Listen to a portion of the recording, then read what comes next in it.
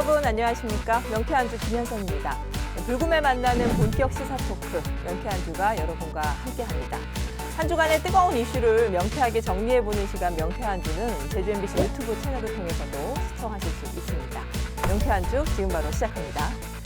이번 주는 이슈 토크부터 시작을 해보려고 합니다. 이번 주는 환경보적 기여금 제도와 관련해서 패널들과 이야기하는 시간 가져보려고 하는데요. 안녕하십니까? 예. 안녕하십니까? 저희가 안녕하십니까? 2주 만인가요? 좀 오랜만에 뵙죠. 저는 한 달 만에 나왔습니다. 한 달 만. 반갑습니다. 격하게. 예, 아니, 그러니까 저는 한 달 동안 네. 이제 언제면 빨리 우리 녹화가 다시 재개될까? 우리 김한국 의원님께서 소개해주신 그 신비의 음료를 드링킹하면서 그러다 보니까 확진자가 돼버렸네요. 확진자가 되셨어요? 예, 예. 네. 추석이랑 뭐 다 잘 지내셨어요, 위원장님은? 드링킹 많이 먹었습니다. 드링킹이요. 저도 그거 보고 나도 많이 먹어야 되겠다 해서 많이 먹었습니다. 그게 저 김한국 의원이 그 애정한다는 막걸리 사이다 아, 얘기하시는 예. 거죠, 지금? 네. 맛있긴 한데 그 몸에서 발생하는 변화에 대해서는 제가 차마 책임을 못 진다는. 그래서 확 찌게 된다는 부작용이 있다는. 근데 이게 지역에 행사가 없다 보니까 네. 연휴 때 네. 예전 같으면 지역구 인사 다녀야 하잖아요. 네. 아, 그런 차이가 있네요. 그 행사를 못 다니니까 네. 가족하고 이제 많이 놀러 다녔어요. 본의 아니게. 근데 자연 공부 많이 하고. 네. 예.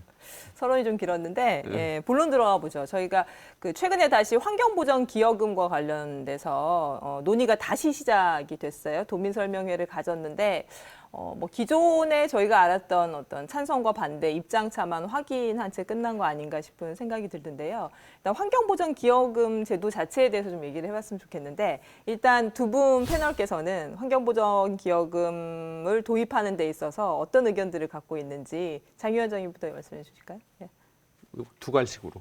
두 가지식으로 예. 기본적으로 간단하게 뭐 계속 얘기를 해야 되니까 타당하지가 않다. 타당하지가 않다. 예, 타당하지가 않다. 좀 더 정교한 정책 수단이 나와야 된다. 그 얘기를 먼저 하고 싶습니다. 왜냐하면 이 환경보전 기여금이라고 하는 게 이게 우리가 오염원을 배출하게 되면 이걸 누가 안 사잖아요. 이런 현상을 이제 제정하기 위해서는 외부 효과라고 하는데 외부 불경제인데 이런 문제를 해결하기 위해서 어떤 제도를 도입을 하면 이 행위가 줄어들어야 돼요. 배출 행위가. 근데 환경보전 기여금을 받으면 어떤 오염 행위나 훼손 행위가 줄어들죠. 기본적으로 정책의 목표가 재정을 기금을 모으겠다고 하는 건지 아니면 그 환경 훼손에 따른 여러 가지 그 오염원 배출이나 이런 부분들을 줄이겠다고 하는 건지 그것도 명확하지가 않고요. 그래서 좀 정체가 좀 불분명하고 정책의 목표가 잘못 설정됐고 또 그 정책을 도입하는 논리 전개가 기본적인 정책 어떤 그 메커니즘에 타당하지 않은 면이 너무 많다. 그 말씀 먼저 드리겠습니다. 왠지 고재일 기자님은 다른 의견을 느낌적으로 저는 갑자기 전에 선거 때 조건부 찬성을 하셔가지고 네. 그럼 오늘 뭐 크게 내가 장 위원장하고 이렇게 뭐 격돌을 할 일은 없겠구나 안심을 했었는데 큰일 났네요. 그러니까 저는 우리 그렇죠, 선거 이제. 때 나가면 예. 조건부라는 게 다 이런 말을 저런 말을 할 수 있는 공간이 없어요. 선거용 멘트였다는 아니 뜻입니까? 선거라는 시간이 충분히 토론할 수 있는 시간이 주어지지가 네, 않아요. 그래서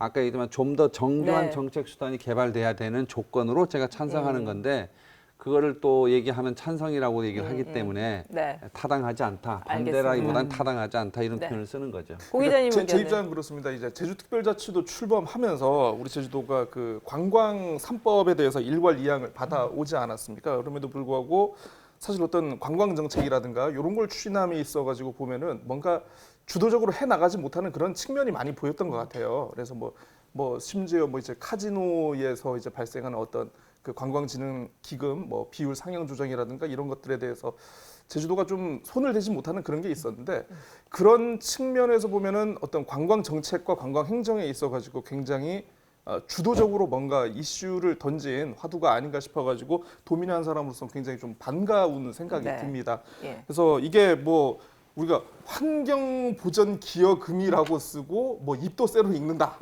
입도 세라고 읽는다 뭐 이런 우스갯소리도 있지만 그 사실 이제 기여금이라는 게 그렇더라고요. 찾아보니까 그 어떤 재정을 부담하는 자가 나중에 이 재정의 수혜자와 같은 거 이런 걸 기여금이라고 하는데 보통 그래서 이제 공무원분들이 이제 나중에 이제 퇴직금이나 연금으로 받는 조건으로 다달이 내는 거를 이제 기여금이라고 하더라고요. 그래서 환경 보전을 위한 기여금이라는 명칭에 대해서는 그렇게 좀 뭐 거부감은 일단 없는 것 같은데 어쨌든 그렇습니다. 일단은 뭐 반대하시는 분들 입장에서는 나름대로 이제 관광업계에 뭐 어떤 네. 논리가 분명히 있을 테지만은 도입을 찬성하시는 분들 입장에서도 뭐 점차 증가하는 어떤 그 관광객 추이와 그에 따른 어떤 환경 훼손, 어떤 환경 훼손에 따른 어떤 그 부담의 증가에 따라서 어떻게 보면 이제 시의적절하고 굉장히 네. 좋은 시도가 아니었가 싶습니다. 예, 두 분의 입장이 약간 다른데 이야기를 좀 이어가 보죠. 그러면 그 무엇을 어떻게 얼마나 부과를 해서 뭐에 쓰겠다는 건지 그 환경보전기여금에 대한 어떤 구상 같은 것들을 좀 얘기를 해볼까요? 도에서 발표한 거 있잖아요. 네. 제가 잠깐 이야기를 드리면 예. 일단 도에서는 그 이제 제시한 것이 이제 뭐 렌터카를 이용한 사람한테는 뭐 1,500원, 뭐 전세버스를 이용한 5,000원, 그다음에 뭐 5,000원. 전세버스를 이용한 사람은 또 얼마, 숙박. 뭐 숙박 시설을 이용한 사람한테는 뭐 1,500원 뭐 이런 1,500원. 식으로 해서 관광객들한테 사실은 그거를 부과를 하고 그로 인한 어떤 환경 훼손이나 이런 것들을 보전하는 데 사용하는 걸로 해서 일단 계획을 이야기를 했거든요. 근데 이제 어쨌거나 저희가 이제 생각할 때도 관광업계에서는 당장 좀 반대하지 않을까 이런 생각들을 좀 했었고 그래서 이것들을 뭐 이제 들어올 때 뭐 항공이나 선박 요금에다 포함해서 하는 방법 그렇죠. 아니면 또 네. 그냥 경영자가 부담하는 방법 여러 가지들이 있을 텐데 어쨌거나 관광업계에서는 이게 부담이라는 거예요. 예, 반발하고 있는데 그 관광업계의 어떤 반대 입장 그런 부분에 대해서 좀 우리 패널들의 어떤 평가 어떻게 보시는지 좀 이야기를 이어가볼까요? 업계 종사하는 입장에서는 당연한 반응이죠. 왜냐하면 그 체험적으로 혹시 요새 그 주택 문제 심각하잖아요. 네. 그러면 집값을 잡기 위해서 종부세나 또 양도소득세를 강화를 해요. 그러면 이게 그 집값이 그 매수를 하려고 하는 사람들의 주택 수요를 이렇게 줄이는 효과를 가져와야 되는데 결과적으로 어떻게 되냐면 이 그 증가된 세금이 총 임차 요금 그러니까 저 전세값, 월세값의 증가로 이어져 버리죠. 이걸 가격전이라 그래요.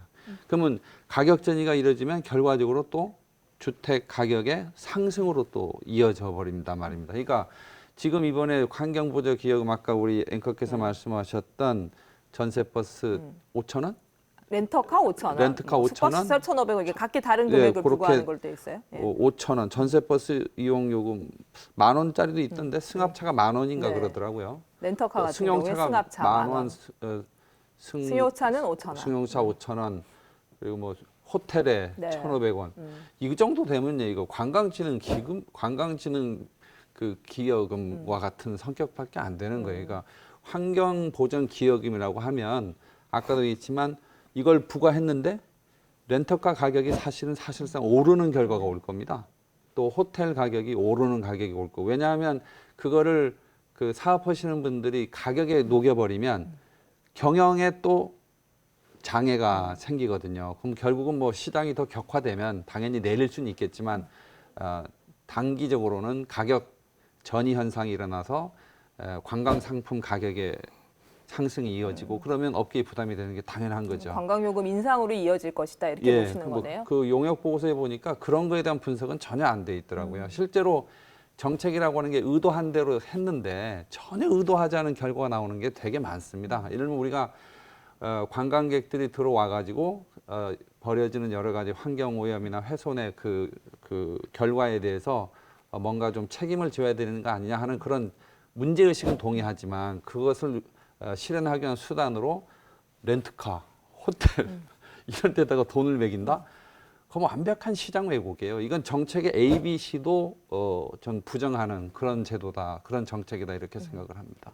아무튼 엉뚱한 부작용만 나타날 것이다 이 얘기인 것 같아요. 관광요금 그렇죠. 인상으로 이어지기 때문에. 예. 비용 전이라는 표현을 지금 쓰신 것 같은데요. 그러니까 사실 환경 부담금 자체가 어떻게 보면 관광객의 그 급증한 관광객의 제주 방문으로 인한 어떤 제주의 환경 비용 부담 이것도 보면 관광객의 증가로 인해서 이제 제주 도민들이 떠안게 되는 그것도 비용의 전이 아니겠습니까? 사실 그러고 보면 이제 원인자 부담의 측면에서 그 비용을 직접 발생시킨 사람들에게 이거를 합리적으로 배분하도록 하자. 뭐 이라는 차원에서 이게 추진되는 것이 맞다는 생각이 들고요.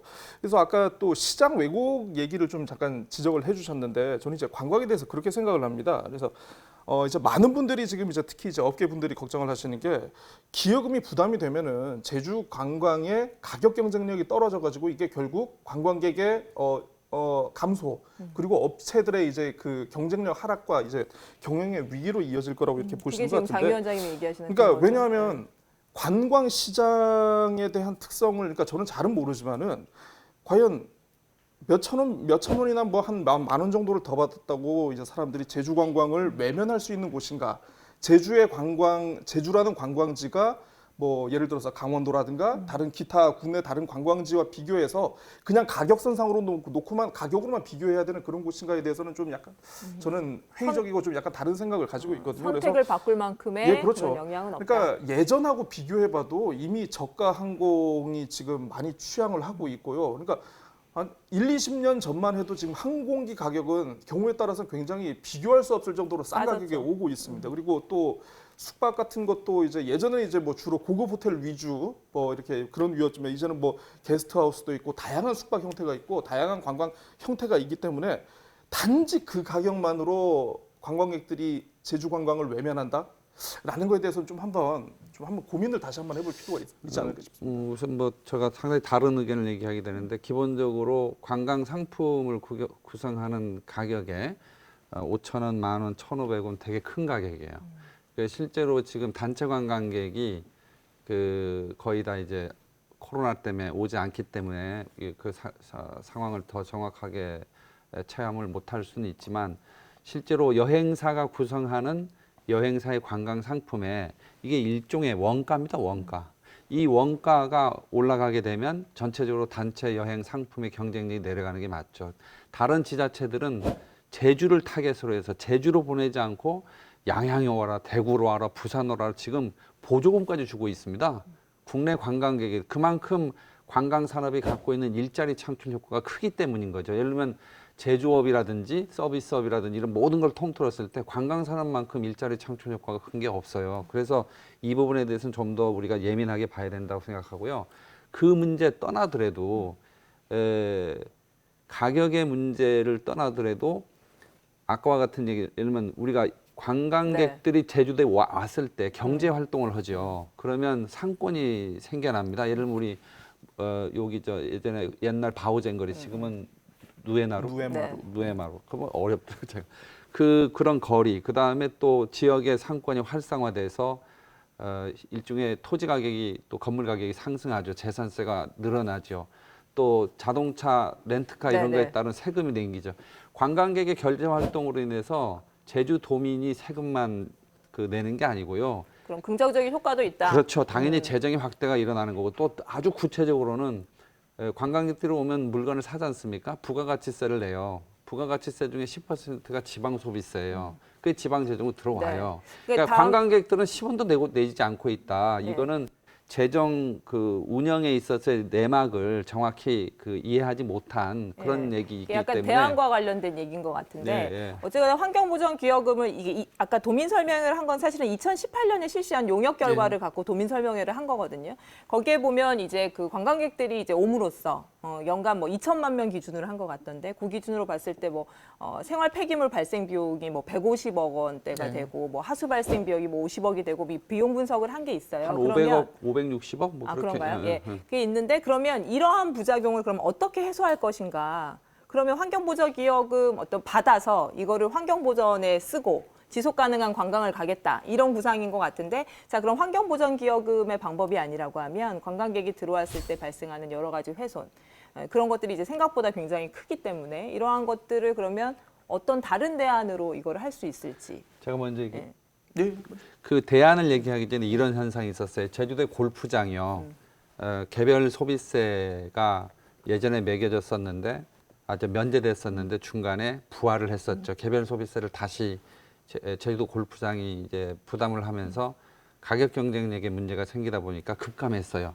근데 그때 개별 소비세를 부활하면서 기재부가 내세웠던 논리가 국세 수입이 줄어든다. 원래 이게 갖고 있었던 그 면제 제도를 면세를 하지 않고 원래대로 받으면 국세 수입이 더 늘어날 것이다. 결과적으로 줄어들었어요. 왜 그러냐면 개별 소비세를 늘리니까 제주도에 오는 골프 관광객들이 해외로 나가버리고 해외로 나가면서 제주도 내에 골프장 경영이 어려워지다 보니까 법인세 줄어들잖아요. 그 본질적인 세금이 줄어드는 거예요. 바로 이런 부분에 세금이라고 하는 게 어느 하나만 있는 게 아니라 이렇게 연동되어 있기 때문에 만약에 렌트카라든지 뭐 나중에는 또 여러 가지로 확대하겠죠. 뭐 호텔이나 렌트카 위에도 관광지도 아마 포함시킬지 모르겠는데 그렇게 하다 보면 아까와 같은 여기서 한 1,500억 정도 그 재정을 확보해서 환경 보전에 쓰겠다 했는데 일반 재정으로 들어오는 게 그게 몇 배가 줄어들 수 있어요. 이거는 실제로 시뮬레이션 하면 전 나온다고 생각합니다. 이거는 뭐라 그러죠? 그 계란 닭 그 오리가 뭐 있잖아. 황금알을 낳는.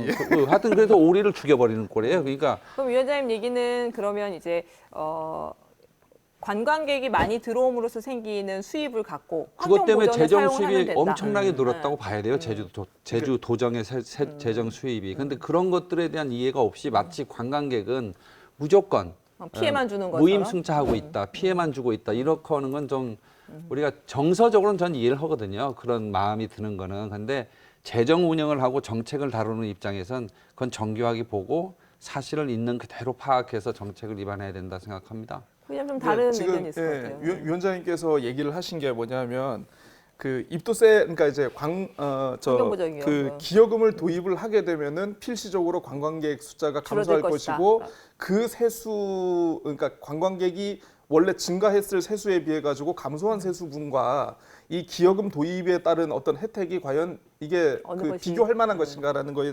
대해서 좀 지적을 해주신 것 같은데 논점이 조금 틀린데 먼저 말씀하세요. 네. 그래서 일단은 기여금 도입에 따라 가지고 관광객 감소라는 것이 전제가 되고 그 규모가 어느 정도가 될지를 먼저 확인을 해봐야 이거에 대해서는 좀 그러니까 좀 뭐 어떤 연구를 돌려보든가 해봐야 일단 그거에 대해서는 좀 얘기를 할 수 있는 부분인 것 같고요. 예. 그 부분은요. 예. 세수가 줄어들 거냐 오히려 역효과 날 거냐 하는 부분에 대해서는 사실은 아무도 몰라요. 그렇죠. 예를 들면요. 예. 코로나가 왔기 때문에 생긴 여러 가지 현상들을 보면 어떤 제도를 시행했을 때 의도했던 바가 전혀 나타나지 않고 엉뚱한 결과가 나오는 경우들. 근데 그러면 과연 판단을 어떻게 하는 게 맞는 거냐 하면 재정 운영이나 정책의 기본 메커니즘을 놓고 봤을 때 우리가 보통 이거 외부성을 교정하기 위해서 기여금 제도를 예. 도입을 하는 거잖아요.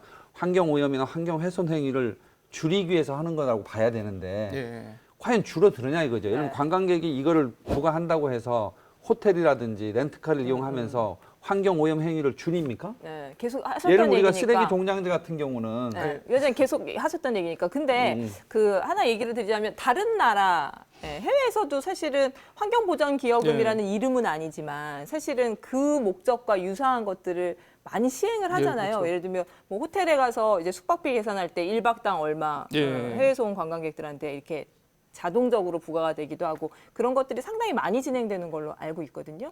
근데 거기도 사실은 여러 검토를 했지만 그것들이 갖고 있는 긍정적인 효과가 있다고 판단을 했을 건데 우리라고 그 부분이 크게 부작용이 커질까? 이렇게 생각하시는 분들도 있을 수 있거든요. 저는 그 개별 케이스를 정확하게 봐야 된다고 봐요. 지금 아까 말씀하셨던 그 국가의 그 부과 사례가 네. 어떤 논리에 어떤 목적하에 부과됐는지를 우리 거하고 비교를 해봐야 되는데 단순히 거기가 그런 제도 유사한 제도가 있더라. 그래서 우리가 지금과 같은 환경보전 기여금을 하자? 그건 아니라고 봐요. 현재 지금 도에서 몇 년 전에 추진하려다 요번에 또 공청회 하고 그랬잖아요. 설명회 했는데 기본적으로 이건 환경보전 기여금의 성격의 제도가 아니에요. 왜냐하면 그 관광 업체들한테 그 관광 경영자가 부과해야 그렇죠. 되는 것이기 그러니까 때문에 관광 사업자들한테 사실상 그 비용 부담을 전가시켜 버리는 그런 제도는 그건 옳지 않다 생각합니다. 어쨌거나 관광객들이 많이 오기 때문에 지금 여러 가지 훼손이 발생을 하고 그거에 대한 사회적 그렇죠. 비용이 드는 것들은 인정을 하시는 거잖아요. 그럼 고 기자님 이 그 환경보전 기여금을 어떻게 그러면 좀 그 사용하는 방법이라든지 부과하는 방법에 따라서 그런 반발들을 좀 줄이면서 좀 긍정적인 네. 효과를 극대화할 뭐 이런 의견이나 뭐 생각이 있습니다. 그러니까 이제 사용하는 방법에 대해서는 우리가 이제 환경 시설을 조성하는 건 일단 자체가 워낙 예산이 많이 들고 이게 덩어리가 크더라고요. 보니까 뭐 무슨 뭐 뭐 매립장이라든가 하수관로라든가 어떤 처리 시설 같은 갖추는 게 아무튼 그런 쪽으로 갖추는 게 일단은 사용 방향은 맞다고 보고요. 그러니까 이제 말씀하셨지만 지금 그 사실 이 환경보전 기여금의 가장 큰 걸림돌은 잠재적 관광객 분들의 이 거부감이 아닐까 싶어요. 사실 어떻게 보면은 뭐 물론 법적인 문제는 그건 이제 뭐 알아서 단계적으로 해결을 하면 될 문제지만은 사실 이 거부감을 해결하는 게 가장 큰 문제인 것 같은데 어떻게 보면은 이거를 보편적인 방식으로 좀 재분배 기능을 활용을 하는 게 좋지 않을까 싶은데 그분들한테 다시 혜택이 들어간다. 아니 그러니까 그렇죠. 이제 모든 분들에게 제주 관광을 오시는 모든 분들에게 기여금을 부과를 하되 기여금에 차등을 두는 거죠. 뭐 예를 들어서 이제 그 특급 호텔에 묵으시는 분이라든가 뭐 게스트하우스에 묵으시는 분은 분명히 기여금의 어떤 가격 차이가 둘 필요가 있을 거고요. 그리고 차량 같은 것도 이제 렌터카를 이용하시는 분도 이제 뭐 경차를 이용하시는 분 그리고 대형차를 이용하시는 분은 분명히 좀 격차별을 이렇게 두고 하면은 아마 이제 뭐 국민들께서 이제 관광 오시는 분들께서 그에 대해서 좀 약간 납득을 하고 이해를 하지 않으실까 싶고 또 하나는 그런 게 있더라고요. 이제 외국 사례를 보니까 특정 지역만 지정을 해가지고 그 지역에 이제 입장료라고 하죠. 입장료의 형식으로 이제 기여금을 징수하는. 장소라든지. 예, 그렇죠. 우리 같은 경우에 이제 뭐 한라산이라든가 성산일출봉이라든가 뭐 이런 것들을 지정해서 받는 것도 거부감을 줄일 수 있는 가장 좋은 방법이 아닐까 싶습니다. 지금 참 좋은 말씀하셨는데, 그러니까 시장 기제가 그러니까 돈으로 사고 팔고 하는 그런 그 관광 서비스업을 하시는 분들한테 부과하는 방식이 아니고 국공립지, 관광지에 입장을 하는 경우에는 전체 요금에서 일정 부분을 뭐 그런 식으로 이제 얘기할 수 있는 가능성이 있다고 봐요. 그러나 기본적으로 지금 우리가 얘기하는 제주도가 도입을 추진하는 환경보전기여금 제도라는 게 관광객들에게 관광객이 증가하니까 환경 문제가 발생한다. 환경 문제에 관련된 해결 비용이 증가한다. 그러니까 그거에 대해서 비용을 부담하시라. 그러니까 전제 조건이 그러면 관광객은 비용 부담을 전혀 하지 않고 있다라고 전제해야 되거든요.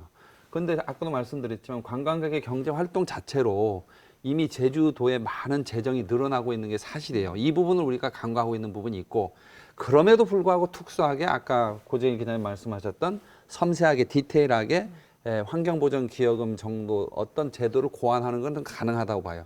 그런데 지금과 같은 아주 그 전면적인 이 제주도 관광시장 상품의 시장 왜곡을 일으키면서까지 환경보전기여금을 하는 거는 우선 외부성 교정도 되지 않을 뿐더러 또 경제 성장이나 이런 그 지능에 상당한 부담이 되기 때문에 이건 정책으로서 기본적으로 전 점수를 줄 수가 없다 그렇게 생각합니다. 그 외부성 얘기를 하시니까 제가 요번에 그 토론회 그 하는 거를 이제 좀 약간 TV를 저도 이제 TV를 통해서 봤는데요. 거기서 이제 그 패널 한 분이 그 얘기를 하시더라고요. 만약에 환경보전 기여금을 부과를 하게 되면은 제주에 오시는 관광객들은 나 이제 기여금 냈으니까 여기서 이제 막 해도 돼. 오히려 더 라고 오히려 더 기여금은 조금 받고 오히려 더 많은 환경 파괴 행위를 할지도 모른다라고 뭐 이렇게 얘기를 하셨는데 결국은 그 쓰레기 문제나 환경 오염이나 환경 훼손의 이 문제 아니겠어요? 네. 이 문제를 어떻게 풀 거냐로 돌아가는 거예요, 원래는. 그러면 이건 정상적으로 풀어야 돼요. 우리가 예를 들면 재정 수입 중에서 일반 재정의 수입이 있고 이제 특별 회계가 있는데 웬만하면 특별 회계를 줄이는 게 가장 좋은 겁니다. 아주 목적세라든지 기금이라든지 이런 걸 부과하면 부과할수록 시장 왜곡이 일어날 수밖에 없어요. 그러나 불가피한 경우는 해야죠. 근데 만약에 현재 제주도 재정으로 또 그리고 환경부가 갖고 있는 환경특별회계라는 게 있어요. 한 80개 이상의 준조세 성격의 부담금 이런 걸 갖고 각 지방 정부에 나눠주는데 그런 돈들을 잘 활용해서 환경기초 인프라 제대로 하고 쓰레기 정책 제대로 하고 그래서 폐기물 정책 제대로 하고 다시 말하면 지금 이런 문제가 생긴 원인이 외람되지만 지역사회의 환경 문제 해결이 되는 게 좀 더디고 불만이 많다. 이게 원인이 또 관광객 아니냐 이런 정서적인 논리 때문에 생긴 난 그 기본적인 그 의제라고 보거든요. 그래서 이 문제를 푸는 거는 환경 정책을 제대로 하는 걸로 돌아가는 게 가장 정답이다. 이러면 우리가 소각장이라든지 뭐 폐기물 처리장이라든지 또 네네. 하수 처리장이든 이런 이제- 걸 잘 해야죠. 네, 정리되셨어요? 예. 그러니까 이 외부 효과에 대해서 자꾸 예. 얘기를 하시는데 네. 좀 외부 효과를 너무 약간 과대해 가지고 좀 이렇게 생각하신 게 아닌가 싶은 느낌이 있더라고요. 그래서 제가 왜 그런가 봤더니까 지금 공공 도내도 그렇지만 이제 국내 보면 이제 공중 화장실에 가면은 다 화장지가 있어요. 네. 근데 장 위원장님 아시겠지만 예전에 공중 화장실에 화장지 있었습니까? 없었죠. 처음에 공중 화장실에 화장지를 비치한다고 했을 때만 해도 굉장히 반대 목소리 심했습니다. 사용이 그 사람들이 다 가져갈 것이다. 거다. 그렇죠. 외부 효과를 우려했었는데 이제 보시면 알겠지만 지금 어느 공중 화장실 가도 그렇게 뭐 화장지가 없거나 이런 불편 많이 없거든요. 그래서 따지고 보면은 이 기여금이 지금은 당장 이게 좀 반발이 있고 감정적인 저항이 있을지 모르겠지만 이게 어떻게 보면 이제 공공재처럼 이게 인식이 된다면은 이게 꼭 그렇게 못할 일만은 아니다라는 생각이 들더라고요. 지금 고 기자님 얘기는 그건 것 같아요. 장 위원장님이 아까 이제 환경보전기여금이 어떤 환경훼손 행위를 줄이고 보전하는 효과를 낳기보다는 오히려 역작용들이 있을 것이다에 대한 어떤 반론인 것 같아요. 그래서 기여금 자체를 부과한다고 해서 내가 돈 냈으니까 막 써야지 이게 아니라 그거는 그냥 우려일 뿐이고 기우일 뿐이다. 정리를 잘해주셔서 감사합니다. 뭐 그런 의미이신 것 같아요. 네, 지금 저희가 계속 이제 갑론을박을 벌이고 있는데 사실상 저희가 뭐 이런 대안, 뭐 방향이 이렇다 얘기를 하지만 사실 떡줄 사람은 지금 생각도 없는 거잖아요. 지금 저희가 이제 몇 차례 그 입도세 논의, 그러니까 그렇죠. 이름이 바뀌긴 했지만 입도세 논의부터 하면 굉장히 긴 세월 동안 이 논의를 했다가 수면 아래로 내려갔다가 또 했다가 이 상황인 거거든요. 사실 2018년도에 용역 끝나고 나서도 도민 설명회 하려고 했었는데 뭐 여기저기서 반발하기도 하고 중앙정부도 난색 표하고 하니까 사실 도민 설명회도 네. 못하고 내려갔다가 지금 다시 카드를 한 거거든요. 그러니까 중앙정부를 어떻게 설득할 것이냐 이 부분 이게 제일 관건인데 좀 어떤 묘안이 있을까요? 예, 어떻게 보시는지. 저는 기본적으로 중앙정부에 가면 안 볼 것 같아요. 왜냐하면 이게 아까도 말씀드렸지만 렌트카 업체나 또 호텔이나 숙박업 이런 업체는 에다가 그 기여금을 징수하는 주체로 놓은 거잖아요. 정부가 받는 게 아니에요, 이게. 지금 도에서 하는 제도가. 그러면 당연히 렌트카 업체가 호텔 업체가 받는 그 부담이라고 하는 게 눈에 보이는데 이걸 환경진흥 기여금이라고 할 수 있을까? 난 명칭 자체부터가 이런 제도를 만든 것 자체가 이해가 가지 않아요. 위원장님 자체는 뭐 아무튼 이 제도 자체가 제도로서 어떤 그 취지나 이런 것들이 명확하지 않기 때문에 중앙정부를 설득한다는 것 자체가 이거는 너무 그럼 큰 꿈이다라는 거고. 논리적으로 네. 이렇게 해야 돼요. 제주도는 호텔을 사용하는 관광객이 쓰레기 배출량이 엄청나다. 그다음에 렌트카를 이용하는 관광객이 환경훼손이나 오염행위가 엄청나다.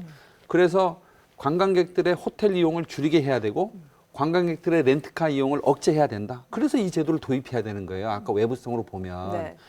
제주도가 그렇게 해야 됩니까? 네. 아무튼 아니 그러니까 그게 계속 같은 호텔 얘기- 요금이나 렌터카에 붙이는 거는 뭐냐면 이게 좀 약간 사실은- 논의가 빗나간 것일 수도 네. 있는데 우리가 지금 TV 수신료를 별도로 내는 게 아니고 전기세 붙여가지고 내잖아요. 예, 어떻게 보면 이건 예 죄송합니다. 예 네. 가슴이 아프시군요. 네. 자 이런 것처럼 어떻게 보면 납세라든가 어떤 징수의 편의를 위한 하나의 그 부과의 편의. 아이디어고 기법이지 수신료는- 그걸 꼭 그게 그렇게 핵심은 원인으로 그렇게 아니다. 생각하시는 아니, 건 아니라니까요. 수신료는 독점이에요. 전기세는 그냥 거기에 부과할 수 있어요. 기업은도 저희 본질적으로 독점이잖아요. 기업은요 네. 모든 업체에 부과시키는 예, 거예요. 위원장님. 그러니까 일단- 업체가 징수를 하니, 그러니까 업체는 이제 대리해서 징수를 하고 그걸 그렇게 내는 되지 거잖아요. 않죠. 경영하는 네. 입장에서는 그 돈을 받아서 경영 내부의 비용으로 다시 전가되기 때문에 그렇게 되지는 않습니다. 아무튼 도에서가 환경보전기여금 제도를 네. 도입하기 위해서 계속 지금 트라이를 하고 있는 상황이기 때문에 어떤 좀 저는 논의를 가져야 그러니까 될지. 이 최근에 이제 환경보전기여금 관련해 가지고 이제 논의가 다시 시작된다는 얘기가 나오고 이 기사들이 나왔잖아요. 저는 되게 그냥 그 포털에서 있는 기사를 볼 때마다 너무 그냥 가슴이 그냥 두근두근하고 그냥 좀 마음이 아픕니다. 그냥 그래서 뭐 왜요? 야, 그냥 뭐, 야, 그러면 제주도민 니들도 육지 올 때, 돈 입도세 내라, 내륙세. 예, 뭐 그런 식으로 좀 약간 어떻게 보면 도민들의 정서를 좀 비아냥하는 좀 그런 말들이 댓글들이 많아가지고, 달려서. 예. 네. 그래서 야, 그러면 이건 정부를 설득하는 것보다는 어떻게 보면은 이거는 도민합의다. 그러니까 국민 이런 전반에 대해서 필요성을 먼저 설득시키고 그런 작업을 하는 게 먼저겠구나라는 그런 생각이 들더라고요. 그래서 자 그러면 물론 돈을 내라고 해서 이게 좋아할 사람이 누가 있겠습니까마는 굉장히 좀 약간 의미 있는 연구가 하나 나왔더라고요. 이게 보니까 제주연구원이 2018년 5월에 수행한 환경보전 기여금 도입을 위한 이해관계자 이해수렴이라는 조사가 조사가 한번 있었습니다. 있었죠. 예, 예. 예. 그 조사를 보니까 이 관광객들을 대상으로 조사를 물어봤어요. 그래서 제주의 자연 환경에 대한 혜택을 받고 있다고 생각을 하십니까?라고 이렇게 물어봤는데 75% 정도가 그렇다라고 동의의 의견을 주셨어요.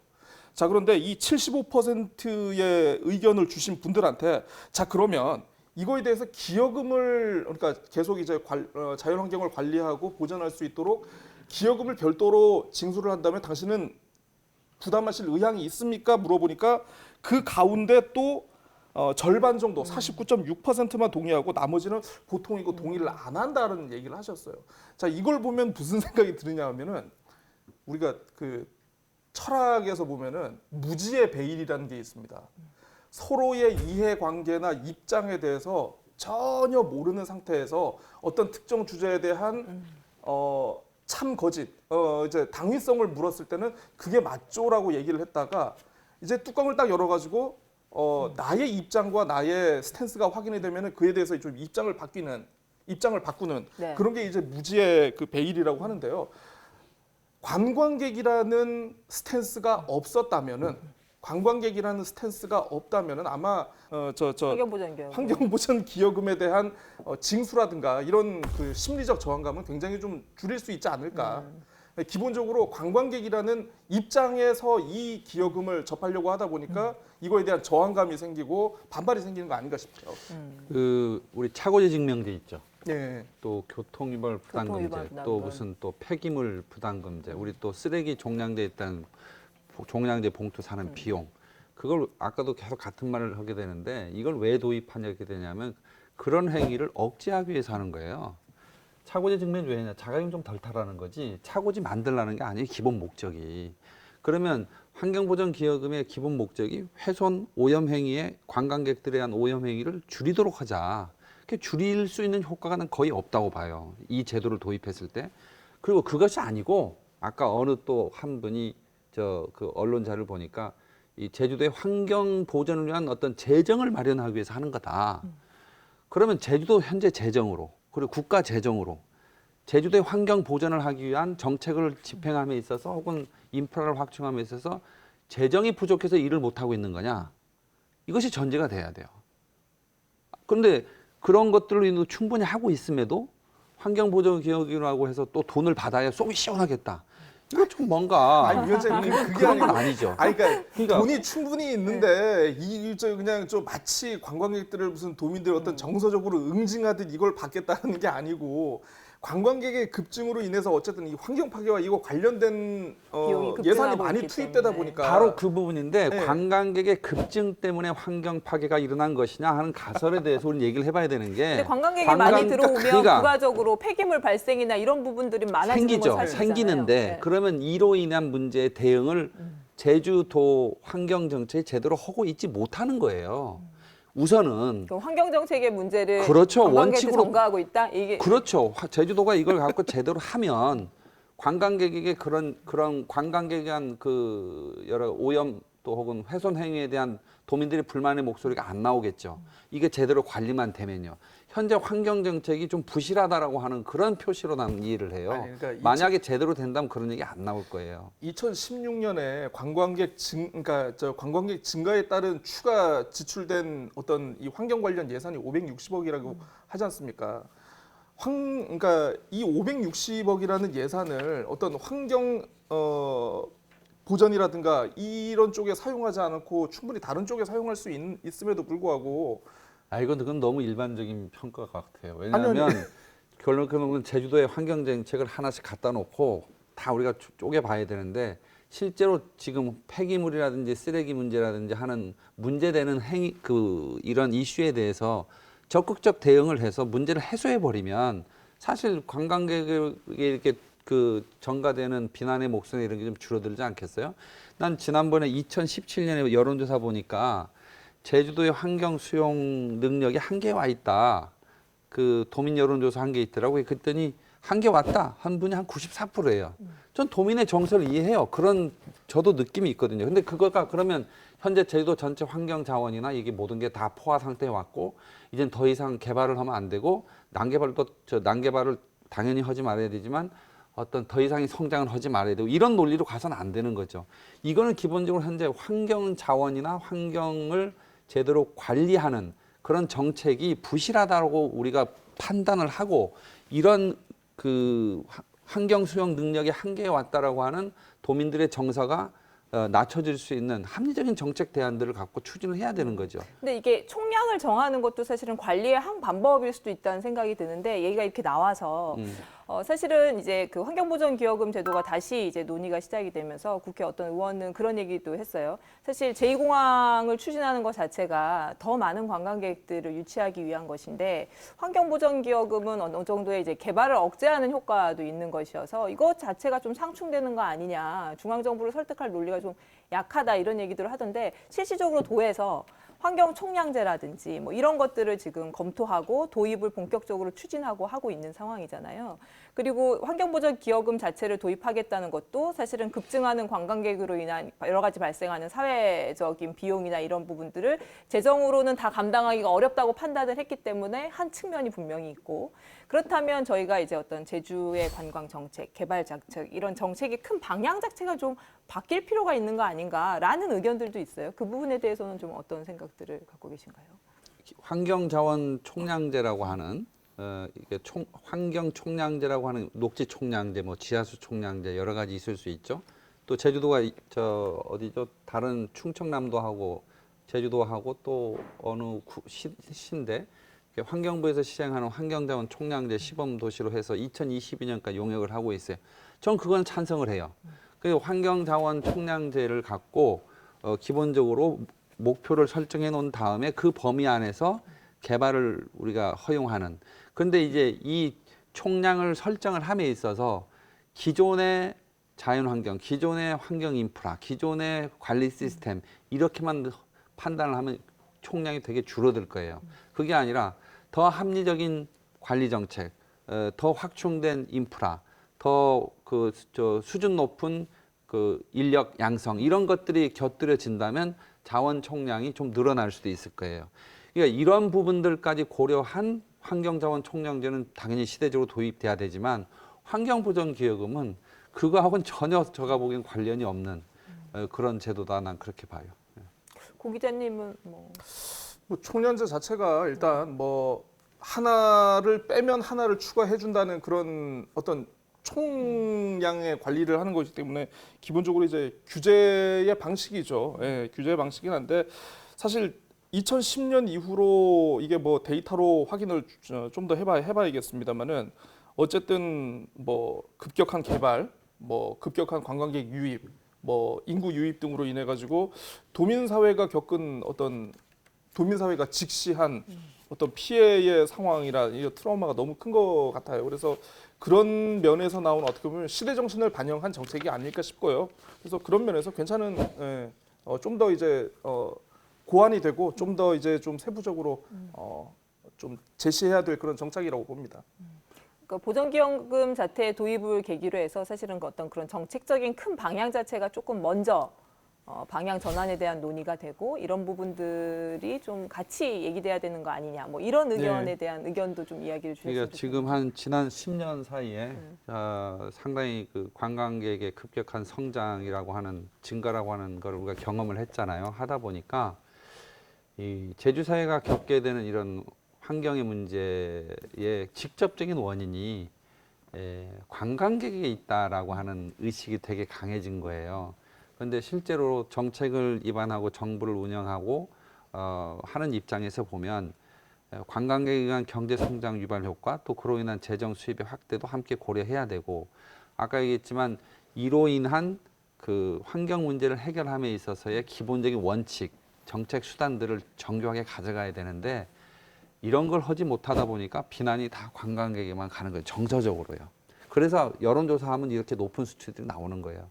그런데 정부를 운영할 땐 그렇게 하면 저는 안 된다고요. 왜냐하면 관광객은 직접적인 거주자는 아니지만 간접적인 경제 기여자거든요. 그것이 없이는 제주도의 어떤 환경 기초 인프라 확충도 안 되는 겁니다. 재정 확대가 안 되기 때문에 저 이런 점들을 좀 종합적으로 고려해서 두 정책을 분이 접근해야 뭐 된다고 처음부터까지 생각합니다. 계속 각을 세우고 있는데 예, 마지막 정리하면서 그 저희 이제 깨톡 깨놓고 잃지 않은 톡 깨톡 시간 하면서 고 기자님이 좀 지금까지 본인의 의견을 종합해서 얘기할 만한 네. 마지막으로 이제 한마디 한다면 누구에게 어떤 이야기를 하실까요? 예. 어쨌든 저는 관광 정책을 아무튼 계획하시고 집행하시는 우리 제주도 관계자분들께 말씀을 드리자면요. 사실 그런 것 같습니다. 이제 정책이나 행정이라는 거는 실체가 무엇인지도 중요하지만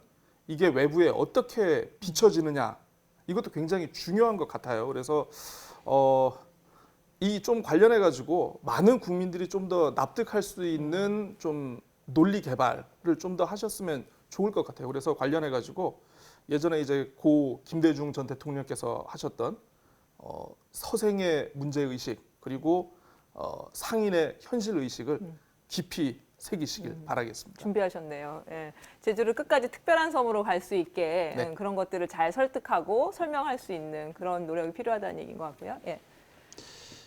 딱 줄여서 누구에게 길게 얘기하셔도 돼요. 예. 제주 도정에 네. 뭐라고? 관광진흥기금, 환경보전기여금이 될 수 없습니다.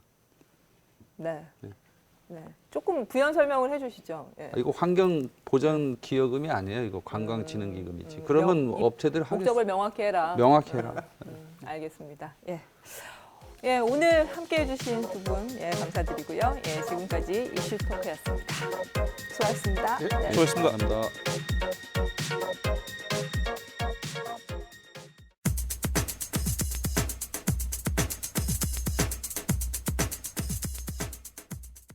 명쾌한 주 인터뷰에서 만나뵐 분은 제2공항 끝장 토론의 좌장을 맡으신 강영진 한양대 갈등연구소장이십니다. 네, 선생님 안녕하세요. 예, 안녕하세요. 예, 이번에 이제 제2공항 토론회 그 사회를 맡게 되셨잖아요. 네. 쉽지 않은 자리인데 다음 주 월화 19, 20 이틀간 지금 개최될 예정이잖아요. 네. 어떤 분들로 이번에 패널은 구성이 됐나요? 예. 예. 국토교통부와 제주 제2공항 강행저지 비상도민회의 예. 양측 두 분씩 토론자로 나오기로 했는데요. 우선 국토부에서는 첫날 김태병 공항항행정책관 네. 그리고 장승원 신공항기획과 주무관이 나오고요. 네. 둘째 날에는 김태병 정책관과 함께 제주지방항공청의 관지사인 김성관 팀장이 나오기로 했습니다. 네. 그리고 비상도민회의 측에서는 박찬식 상황실장 네. 그리고 한국항공소음협회의 박영환 회장이 짝을 이뤄서 네. 이틀간 모두 토론에 임하기로 했습니다. 네. 그리고 중요한 게 이제 도민 여러분들도 이제 네. 참석하게 되는데요. 매일 6분씩 네. 이틀간 총 12분이 네. 영상으로 참여해서 토론 주제에 대한 의견과 질문을 주시게 됩니다. 예, 저희 MBC 채널에서 이제 오후 2시부터 예. 오후 6시까지 4시간에 걸쳐서 생중계 방송이 될 예정인데요. 이번 토론회는 아무래도 이제 기존 제주 현재 공항의 확장 가능성에 집중을 해서 이제 예. 토론을 진행하게 될 텐데 예. 그 세부 의제라든지 진행 방식이라든지 좀 잠깐 소개를 해주실까요? 예, 맞습니다. 지금 말씀하신 그대로 지금 제2공항 문제와 관련해서 가장 핵심 쟁점이 되어온 게 네. 현재의 제주공항을 확장하는 걸로 과연 가능하겠느냐, 네. 미래의 항공수요를 충족시킬 수 있겠느냐, 네. 또는 현재의 공항 이용 불편 문제를 해소할 수 있겠느냐 네. 하는 점입니다. 그에 대해서 ADPI 연구진은 가능하다라고 가능하다고 제시했었고 했죠. 예. 국토부에서는 그에 대해서 점검해 본 결과 네. 사실은 그렇지 않다. 안전성에 위험이 그렇게 있다 보고 이런 얘기를 했고. 또 비상도민회에서는 또 선진국의 사례를 알아보니까 네. 가능하겠더라라는 입장입니다. 그게 이제 계속 논란이 되었는데 그 주제를 가지고 거기에 초점 맞춰서 집중적으로 이틀간 논의하려고 합니다. 그래서 첫날은 주로 ADPI 보고서에 대한 보고서 내용에 검도, 집중해서. 검토 이런 작업을 네. 하고 둘째 날은 좀 더 넓혀서 그간 뭐 얘기되어 온 쟁점 그리고 공항 확충 기존 공항의 확장 가능성에 대해서 좀 종합적으로 토론을 하려고 합니다. 그리고 진행 방식도 중요한데 네. 일단 이게 굉장히 전문적이고 또 기술적으로 복잡한 문제도 그쵸. 많이 있습니다. 네. 따라서 양측이 우선 이제 주제 발표를 집중적으로 하는데 그때 네. 그냥 말로만 하는 게 아니라 네. PPT 또는 영상 이런 거 활용해서 시청자들 도민들이 좀 좀 이해를 이해하기 돕기 쉽게 위해서. 재미있게 네. 좀 이제 발표를 하려고 하고요. 네. 그다음에 토론할 때도 기존에 그냥 정해진 시간 네. 맞춰서 하는 식이 아니고 정말 치열한 뜨거운 토론이 되도록 하기 위해서 주도권 토론 방식을 토론 적용하기로 갖고. 했습니다. 네. 그래서 이거는 뭐냐면 한쪽에서 주도권을 가진 측에서 주도적으로 발표도 하고 또 질문응답을 이제 진행하는 겁니다. 그리고 필요하면 상대방 얘기 중간에 자르기도 하고 반박도 네. 하고 하면서 10분간 마음 자유롭게 진행하고 네. 그다음 교대로 또 상대편에서 또 주도권 토론을 하고 그렇게 1부에서 3번씩 60분간 하고 또 후반부에 또 한 번 그렇게 다시 주도권 토론을 해서 주 열띤 이제 토론을 이어가려고 하고요.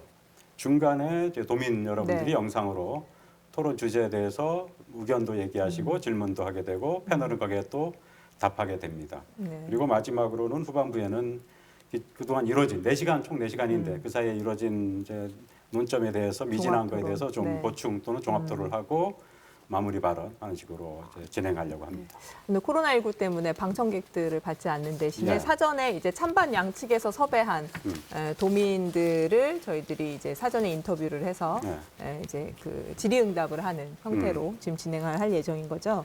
어쨌거나 이번 토론은 이제 여러 가지 쟁점들이 해소가 되지 않으면서 일단 국토부가 이제 검증을 제안을 했고 이제 최종적으로 토론 방식으로 결정이 됐는데 사실은 토론 방식으로 결정된 이후에 좀 또 토론이야? 이렇게 생각하시는 분들도 계셨어요. 왜냐하면 제2공항과 관련된 쟁점들이 굉장히 긴 기간 동안 계속 이야기들이 되어왔기 때문에 이번에도 토론을 통해서 뭔가 결론 나지 않고 양측의 어떤 입장 차만, 의견 차만 확인하는 거 아닌가라는 우려를 하시는 분들도 계세요. 그래서 이번에 어떤 토론 과정, 검증의 과정이 기존의 어떤 협의를 쭉 해온 과정에 비해서 조금 진일보할 수 있을지 어떻게 보시나요? 예. 예, 맞습니다. 굉장히 중요한 점인데요.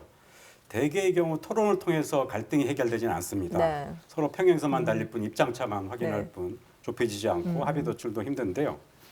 저희가 이번에 하려는 건 사실 합의 도출을 위한 건 아닙니다. 네. 오히려 그 반대로 서로의 입장이 어떻게 해서 다른지 그리고 그 논거를 정확히 알아보고 도민들이 그걸 지켜보면서 현 상태에서 명확히 누가 정답을 제시해 줄 수 없는 문제이기 네. 때문에 네. 그래서 답을 찾을 수 없기 때문에 도민들이 보고 이제 판단하도록 그 판단이 잘 되도록 제대로 되도록 도우려는 그런 시간인데요.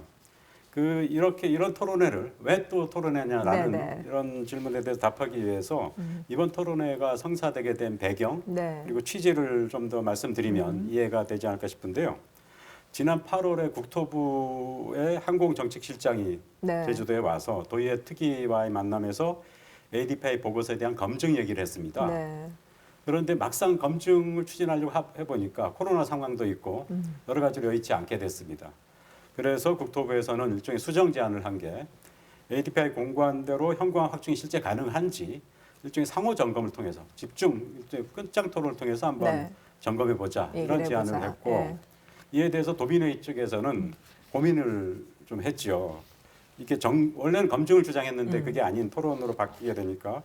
근데 고민 끝에 이제 좋다 받아들이기로 했습니다. 왜냐하면 일단 토론회 후에 이걸 토대로 도민 의견 수렴을 하는 걸 전제로 하고 전제로 해서. 그래서 도민 의견 수렴에 따라서 이 네. 사안에 대해서 결정을 짓는 걸로 하고 그런 조건 하에서라면 토론에 임하겠다라고 해서 이번 토론회가 되게 된 겁니다. 그게 사실은, 결국 네. 이번 토론회로 끝나는 게 아니라 이후에 도민 도민 의견 의견 수렴과 수렴을 이어지도록 전제로 하는 해서. 과정인 거죠. 네, 그럼 의견 수렴 전에 사실은 이제 쟁점에 대해서 도민들의 이해를 높이기 위한 그렇죠. 과정이라고 보면 되겠네요. 예, 바로 예. 그렇습니다. 서로 이제 양측이 치열한 토론을 통해서 예. 쟁점이 뭐고 예. 그것들을 바라보는 시각이라든지 예. 검증의 예. 기회를 토론을 통해서 그렇죠. 하는 것들로 예. 이해를 하면 되겠네요. 이게 쟁점에 대한 이해도 그렇지만 도민 입장에서는 지금 국토부가 계획하는 네. 대로 성산 제2공항을 이대로 추진하는 게 좋은지 아니면 또 다른 길을 찾아야 네. 되는지에 대한 판단할 판단을 수 하려면 있도록. 이게 핵심이 뭐냐면 기존 공항으로 왜 안 되는데 현재 공항이 있으니까 이전 공항을 좀 확충해서 현재 공항 이용 불편도 해소하고 안전 문제도 또 해소하고 미래의 항공 수요도 충족시킬 수 네. 있다면 그럼 굳이 뭐 환경 훼손 또 주민들의 삶의 터전 요거 앗아가면서 이 공항을 굳이 만들지 않아도 되겠죠.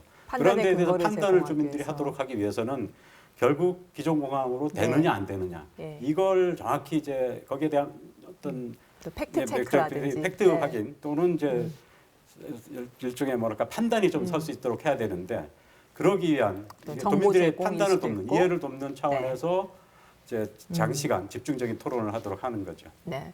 아무튼 소장님께서는 아무튼 재작년에 저희가 이제 제2공항 타당성 재조사 검토위원회 구성될 때 위원장도 맡으셔서 예. 한 1년 가까이 활동을 하셨어요. 근데 물론 이제 그 과정에서 굉장히 격렬한 논의, 협의 이런 것들이 있긴 있었지만 아무튼 최종적으로 합의를 이끌어내는 데는 저희들이 실패를 했죠. 네. 그 1년의 과정에 대해서는 좀 어떻게 평가를 하시나요? 아 예. 지난번 타당성 재조사 검토위원회를 이끌면서 네. 당초 도민들께서 기대했던 대로 결실을 네. 거두지 못한 점에 대해서는 저도 이제 위원장으로서 아쉽고 또 도민 여러분께는 죄송한 마음도 있었습니다. 다만 그렇다고 해서 그게 의미가 없었거나 뭐 성과가 전혀 없거나 그런 건 아니었습니다. 네. 오히려 그 반대로 상당한 의미가 있었다고 보는데요. 왜냐하면 우선 첫째, 제2공항 갈등이 2015년 11월부터 시작된 이후에 네. 근 3년간 양측 추진하는 측 또 반대하는 측이 한 번도 제대로 마주 앉아서 대화를 하고 어떻게 해야 이 문제를 바라보고 또 해결할 것인지 논의한 적이 없었습니다. 근데 처음으로 검토회의가 구성되고 거기서 마주 앉아서 내부적으로 토론도 하고 또 도민들 여러분과 함께 설명회 토론회도 네. 갖고 그러면서 문제를 저보다 정확히 하고 쟁점을 명확히 하고 또 도민 여러분들한테 정보를 알리고 판단을 돕는 역할을 해왔죠. 그 과정에서 중요한 더 저희가 초점을 맞췄던 거는 쟁점 해소가라기보다는 그러기엔 이런 상황이었고요. 합의 도출도 목적이 아니었고 오히려 쟁점 발굴, 쟁점을 더 드러내는 확대하는 거였습니다. 그래야지 문제도 명확해지고 도민 여러분들도 판단할 수 있을 테니까 그런 면에서 쟁점을 발굴하고 논의하고 또 이슈화하는 점에서 성과도 있었고요. 특히 큰 성과 중에 하나가 후반부에 바로 지금 문제되는 ADPI 보고서 이 문제가 이제 이슈로 등장하고 본격적으로 저희가 다루기 시작했죠. 근데 네. 시한이 되면서 이제 활동은 마무리 지어돼서 좀 아쉬웠는데 그게 이후에 도민사회에서도 이슈가 되고 좀 오늘 이 자리까지 오게 된 거죠. 갈등 해소를 위해서 저희들이 겪어내야 될 당연한 필수적인 어떤 절차 과정이라고 보시는 거잖아요. 맞습니다. 예. 네. 아무튼 이제 제조사 검토위원회가 활동을 마치면서 그때 이제 권고안을 제시를 했는데 뭐 합의된 권고안은 나오지 못했고 이제 찬성 쪽의 입장 그리고 반대 쪽의 입장 그리고 이제 위원장 자격으로 이제 중재안을 권고해서 3개의 권고안이 나왔어요. 근데 이제 위원장께서 그때 중재안으로 이제 권고안을 제시를 할 때 그 ADPI 보고서 현재 공항의 확장 가능성을 둘러싼 어떤 쟁점에 대한 검증이 필요하다 이런 의견을 포함을 하셨었거든요. 예, 맞습니다. 그러면 정확히 정리를 해주셨는데요. 네네. 그때 이제 아까 말씀드렸듯이 검토위 활동 과정에서 거의 중반부에 ADPI 보고서 문제가 이제 드러나고 이슈가 됐습니다. 그런데 저희 검토위의 활동 시한은 이미 이제 종료되게 됐고 더 연장은 하기 힘들어서 일단 그 상태로 매듭지게 됐는데 제가 볼 때 이게 진짜 이 제2공항 문제와 관련해서 핵심 쟁점이다. 그리고 여기에 대해서 정리가 돼야지 도민들도 진짜 비로소 판단이 가능하고 네. 이 공항으로 갈 건지 아닌지 가능하고 이 결론도 제대로 나오겠다 싶어서 거기에 대한 검증 네. 또는 명확한 어떤 팩트 체크 작업이 필요하겠다라는 걸 위원장 자격으로 이제 권고안에 제시했고요. 네. 그런 후에 이제 도민 의견 수렴을 통해서 이 문제가 매듭지어지도록 해야 되겠다 하는 게 저의 이제 결론이고 권고안의 주된 내용이었습니다. 그래서 그 후에 이제 논의가 진행됐고 네. 이제 여기까지 오게 됐는데요. 지금 ADPI 보고서 관련해서 이미 도민 여러분들도 많이 알고 계시지만 네. 다시 한번 논점을 분명히 정리하면 지금 제2공항 성산에 지으려는 제2공항은 규모가 150만 평 정도입니다. 네. 근데 기존 제2공항 현재 제주도의 공항은 100만 평이고 100만 평의 공항이 있는데 따로 새롭게 150만 평을 과연 지어야 되는 건지 아닌지 이게 지금 현재 제2공항 갈등의 핵심인데 그에 대한 판단이 되려면 현재 기존 기존 제주공항 가지고 미래 항공 수요까지 충족이 가능한지 여부를 이제 판가름 내야 되고 거기에 대해서 1차 결론을 내린 게 전문가들이 결론을 내린 게 바로 ADPI 보고서입니다. 보고서고. 그래서 그게 과연 제대로 타당하게 작성이 된 건지 또 한국 현실에서 현실적인지 또는 아닌지 이거에 대한 명확한 이제 판단 또는 검증이 이제 필요한 거죠. 그래서 당시 검토위 할 때는 제가 위원장으로서 그 검증 작업 네. 필요하겠다라고 제시했던 거고 네. 그동안 논란이 진행되면서 끝내 저희가 바랐던 대로 동증까지는 아니지만 이런 이제 토론회를 통해서라도 최소한 도민들 앞에서 집중 토론을 통해서 도민들이 판단이 가능하게끔 정보 제공을 하는 정도까지는 이제 오게 된 거라고 말씀드릴 수 있겠습니다. 그러면 아무튼 이번 토론회가 굉장히 중요할 텐데 네. 예, 어떻게 그러한 것들이 철저하게 예. 예, 거기서 이제 기술적인 검토를 할 수는 없을지라도 예. 양쪽이 판단할 수 있는 충분한 정보가 제공이 네. 되고 그런 부분들이 가능해지려면 좀 네. 어떻게 해야 돼? 원래는 검증이라고 한다면 엄밀한 의미에서 검증이 제대로 되도록 하려면 사실은 제가 볼 때 ADPI 보고서도 이 진짜 자체 검증이 될 수밖에 없는 게 국토부에서는 그걸 아이디어의 그렇죠. 어떤 집합체라고 얘기할 정도인데 네. 뭐 그건 좀 뭐 과한 표현을 했다고 하더라도 엄밀하게 과학적인 어떤 작업, 특히 시뮬레이션 네. 통해서 실제 이렇게 하면 이런 효과가 나올 수 있다라는 걸 명확하게 보여주는 수준에까지 이르지 못한 보고서라는 점이 맞습니다. 따라서 그게 도민들이 정확히 판단이 되려면 기존공항 확충이 가능하려면 그럼 가능하다고 판단하려면 그러면 ADPI 쪽에 다시 이제 요청을 해서 그런 추후에 있어야 될 시뮬레이션 작업 이런 걸 통해 가지고 실제 당신들의 제안대로 할 경우에 이런 확충 효과가 있다라는 걸 명확히 입증을 해달라라는 작업을 하고 그것만 그대로 받아들일 수는 없죠. 그다음에 제3의 전문기관 신뢰할 수 있는 그런 곳에 의뢰해서 그거에 대해서 이제 검증을 하고 그걸 토대로 이제 최종적으로 국토부, 비상도민회의, 제주도 도의회 다 이제 논의하고 검토하고 도민들도 이제 확인하고 해서 최종 결론을 내리는 게 바람직한데 그게 코로나 상황 이런 것 때문에 쉽지 않아서 네. 일단 이번 토론회로 그걸 좀 대신하려고 하는 거고 대신 이번 토론회에서 이전의 토론회 한두 시간 정도의 토론회와는 달리 이틀간 최소한 8시간 집중 토론을 해서 검증만큼은 아니더라도 그와 유사하게 그동안 국토부에서도 꽤 조사 작업, 검토 작업을 많이 했더라고요. 도민회의도 또 똑같이 그런 이제 조사 검토 작업을 많이 했고 양측에서 조사한 거, 검토한 거, 또 전문가의 자문 의견 수렴한 거 이런 거 다 종합해가지고 뭐 제대로 교차 검토, 검증까지는 아니더라도 교차 검토를 해서 그걸 보고 도민들이 이제 판단할 수 있도록 하려는 겁니다. 그럼 수장님께서 이제 토론회 과정에서 그러한 어떤 쟁점에 대해서 양측이 준비한 논리적 근거 그리고 어떤 사실적인 해석 이런 부분들에 있어서 그러한 어떤 근거들이 상당 부분 많이 나올 것이라고 생각을 네, 하시는 그렇죠. 거네요. 네, 맞습니다. 네, 네. 그리고 양측에서 이미 굉장히 준비를 지금 하고 있고요. 그래서 사실은 그런 부분들을 많이 토론회를 통해서 네. 될 것이다라고 생각을 맞습니다. 하시는 건데 예. 어차피 이제 끝장 토론이 끝나면 도민 의견 수렴 방식에 대해서 이제 구체화하고 진행을 해야 될 텐데 조금 더 나가서 그럼 어떤 방식이 돼야 할지. 첫째는 주민투표입니다.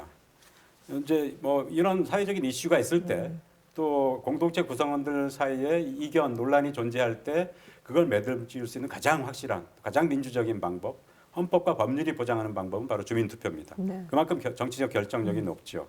근데 그에 따라서 제주도민들도 지금 이 공항 관련해서 가장 선호하는 방법이기도 합니다. 주민투표가. 근데 사실 그렇게 간단한 문제는 아닙니다. 이게 행정적 재정적 부담도 크고 그리고 무엇보다도 국토부 장관이 요청을 해야지 가능한 일이기도 합니다. 또 하나는 약간의 리스크도 따르는데 투표율이 주민투표법상 33.3% 넘어야지 투표가 유효하게 됩니다. 개표를 할 수 있게 됩니다.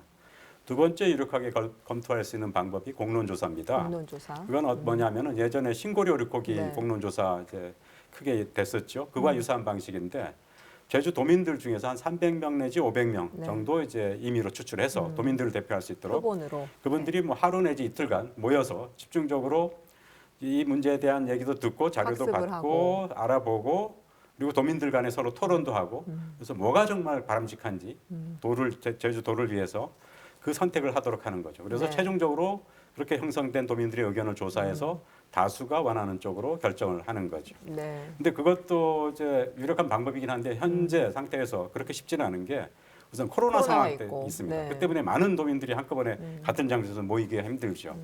마지막으로 세 번째 방법이 바로 이제 여론조사입니다. 네. 근데 통상적인 여론조사로는 좀 불안하고 위험할 수도 있죠. 그게 아니라 한 1,000명 정도 하는 일반 설문조사가 아니라 최소한 3,000명 정도씩 그것도 한 기관이 아니라 세 기관이 하도록 해서 정말 결과가 나왔을 때 이게 제주도민의 진정한 여론이다. 도민들이 바라는 거다라는 걸 믿고 받아들일 수 있도록 하는 정도로 대규모로 또 신뢰할 수 있게 이제 조사를 하고 마지막 질문으로 예. 그 아무튼 전국에 이제 공항들 추진될 때마다 사실은 갈등 문제가 많이 불거져 왔어요. 그래서 뭐 국토부의 공항 갈등 포럼 위원장도 지내시고 그러셨는데 이렇게 공항 문제를 추진할 때마다 이게 이제 갈등으로 비화되고 그리고 이런 어떤 국책 사업이라는 명분으로 추진되는 어떤 공공 정책과 관련돼서도 갈등들이 굉장히 많거든요. 원인은 어디에 있다고 보시고 좀 이런 부분에 우리 사회가 어떻게 대처를 해야 되는지 마지막으로 좀 이야기를 해주시죠. 예. 현재 제주공항의 갈등이 벌어지는 걸 보면 네. 그걸 그대로 이제 확대 해석하면 똑같은 좀 논리가 될 텐데요. 뭐냐면 원래 제주공항도 사실 제주도민들 다수가 원해서 추진한다는 게 국토부의 이제 가장 주된 논리기도 한데 예전에는 제주도에서도 그렇고 우리 사회 전반적으로 개발을 선호하는 가치관이었습니다. 개발하고 소득 증진하고 그게 이제 최선의 목표였죠. 그래서 뭐 인프라 시설도 많이 확충하고 그랬는데 그 사이에 우리 제주 사회도 그렇고 대한민국 전체도 많이 달라졌습니다. 어느덧 이제 우리나라가 이제 선진국이 돼서 이제는 사람들의 가치관이 개발보다는 삶의 질 그리고 환경 그리고 현재 자신의 삶의 방식을 유지하는 것 이걸 더 높이 중요하게 네. 생각하게 됐습니다. 그래서 과거처럼 뭐 인프라 설치하고 땅값 올라간다고 좋아하는 이런 상황이 아니라는 거. 오히려 그 반대의 가치가 높아지고 그렇게 특히 또 시민들의 권익의식도 높아졌고 그런데 행정은 또 반대로 그 예전 방식 그대로인 경우가 많습니다. 좀 달라진다고 해도 좀 한계가 있고 그래서 대표적으로 공항시설법만 해도 공항시설하는 행정적인 절차만 얘기했지 그 과정에서 특히 입지 선정이 중요한데 그 과정에서 도민들이 또 일반 시민들이 참여할 수 있도록 해야지 그 결과 주민들도 받아들이고 소음 피해도 어느 정도 감수하려고 할 텐데 그런 것들이 일체 그런 굉장히, 규정이 전혀 없습니다. 미비하고. 그게 예전에 만들어진 법 제도에 따라서 네. 사업을 추진하려고 하다 보니까 새롭게 지금 선진 의식으로 이제 무장된 또 시민들의 이 반발에 부딪히게 되는 거죠. 그게 제주공항의 갈등이 벌어지게 된 원인이기도 하고 전국적으로 공항 관련 갈등이 네 군데에서 계속 벌어지고 있는 원인이기도 합니다. 좀 어떻게 대처하면 좋을까요? 간단히 말씀해 주시고. 그게 알겠습니다. 예. 사실은 단순하면서도 참 쉽지 않은 어려운 문제이기도 한데요. 일단 가장 중요한 건 일단 이 대한민국은 민주공화국입니다. 네. 모든 국민들이 외쳐 부르는 거예요. 그다음 두 번째, 민주공화국의 주권자가 누굽니까? 모든 주권은 결정권은 국민에게 있으니까. 도민들, 주민들, 국민들에부터 나오는 거거든요. 그걸로 무장된 분들이 대한민국 시민들이고 제주 도민들입니다. 네.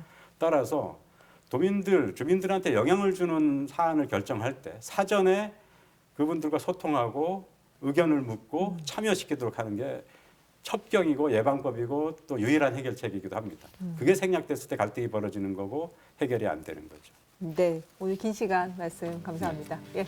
마무리하겠습니다. 고맙습니다. 네, 고맙습니다. 네, 그동안 명쾌한 주가 불금 저녁에 시청자 여러분을 찾아뵙는데요. 다음 주부터는 토요일 오전 9시에 찾아뵙도록 하겠습니다.